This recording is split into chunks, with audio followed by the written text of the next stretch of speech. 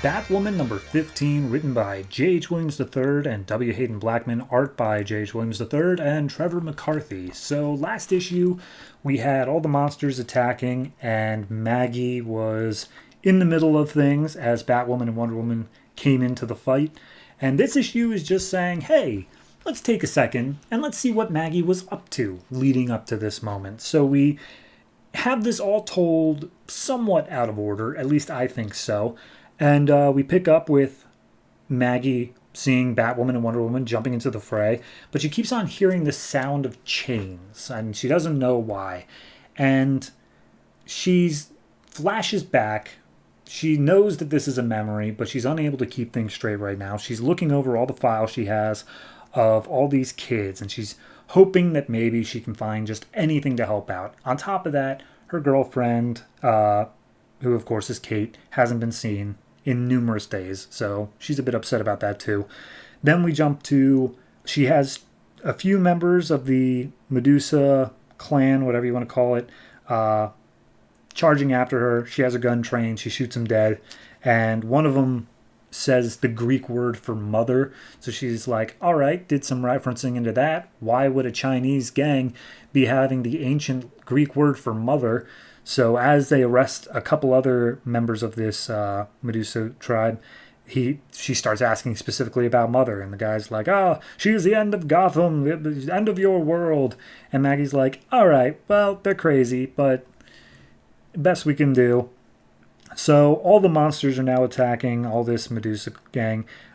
We see that Cameron Chase is there giving out orders to her DEO agents, and Maggie just storms up and just like, yo, all of my policemen are dying. Why aren't your guys, who are much more well-equipped to deal with this, up on the front lines?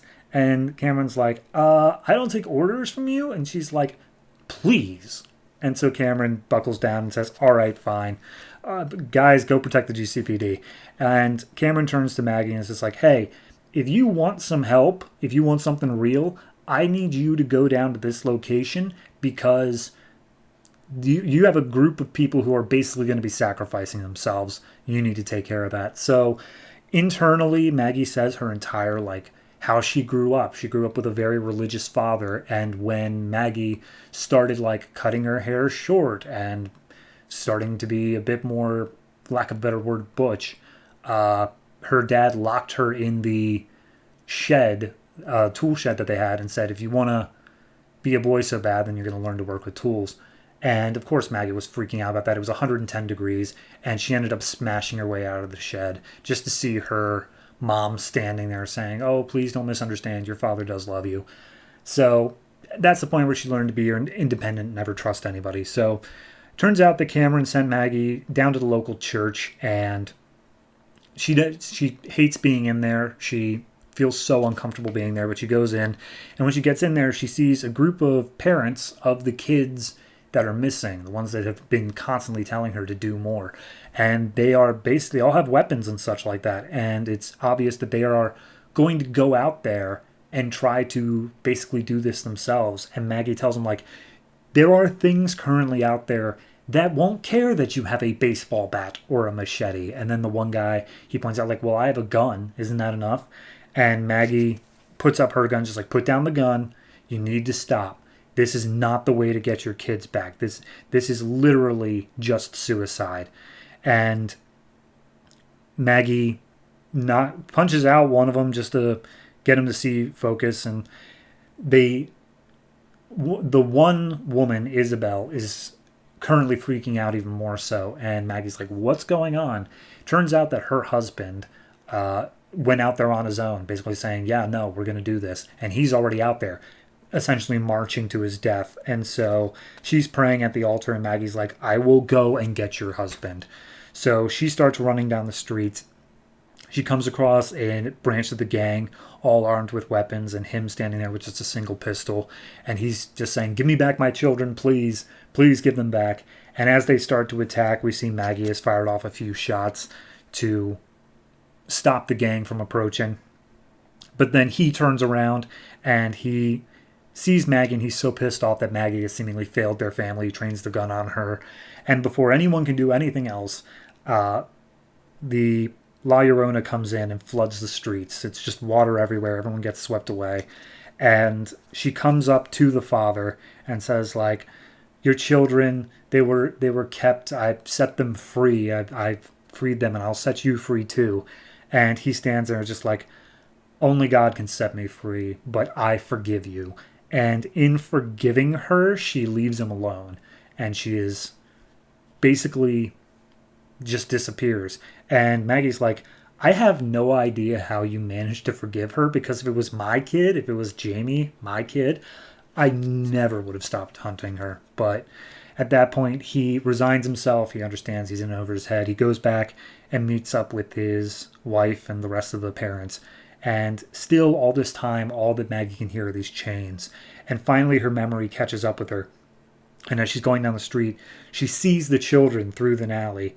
And all of them have chains around their neck. And they're all being marched down in like a chain gang sort of way. And she starts sprinting her way towards them. But a car falls in the way, blocking off the alley. We see all of the chaos going on further down the street.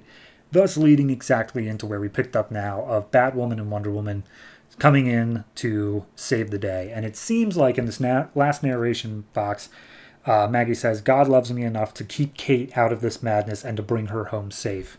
Which I think that means she knows that Batwoman is Kate. I think she's put that together, or at least she very highly suspects. But yeah, it basically leaves off at the exact same point where we picked up. So just a nice little backstory of, hey, here's what's been going on in the city in the meantime. Which, remembering how crazy the last issue was of showing what was in the city, I think that this was an earned issue. I think it was like, yeah, how about we see how we got here? It is a little bit more focused on specifically Maggie's redemption, of her still pushing to bring these families back together and also showing her own issues with her own family. So there's a lot going into that. It's setting up Maggie to be a much more deeper character than I think she's really been credited to be so far. So overall, art-wise, layout-wise, and writing-wise, I'm going to give this one... I'll give it a 7.5. And the only reason why I don't give it higher than that is that it does still sort of feel like, just as much as it's earned its story, it is still kind of just padding and filler. Like, I don't know what it's filler for. It's not like it's doing anything, like no events are coming up as far as I know, but it is still just kind of stretching out the story that I feel has already gone pretty much past its point. Plus the entire selling point on this arc was that Wonder Woman was involved, and she just wasn't here at all. Then again, neither was Batwoman, so maybe I'm being a bit harsh, but 7.5 is just where it feels right. So, yeah.